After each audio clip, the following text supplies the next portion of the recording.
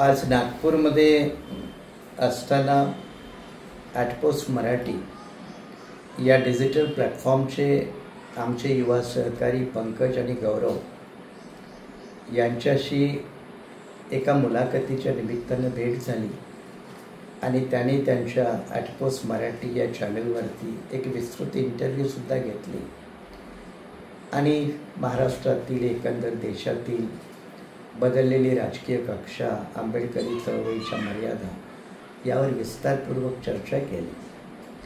अलीकडं social media, digital media याचं कार्यक्षेत्र लक्षात घेता अशा मीडियाची नितांत आवश्यकता आहे. खास करून शोषितांच्या लढ्याला ताकद देण्यासाठी फार आवश्यकता आहे आणि म्हणून मी माझ्या पक्षाच्या वतीनं, BRSPच्या वतीनं, आंबेडकरी जनतेच्या वतीनं ॲटपोस्ट मराठी या डिजिटल प्लॅटफॉर्मला मनपूर्वक शुभेच्छा देत आहे. त्यांची भरभराट हो ही मनपूर्वक अपेक्षा.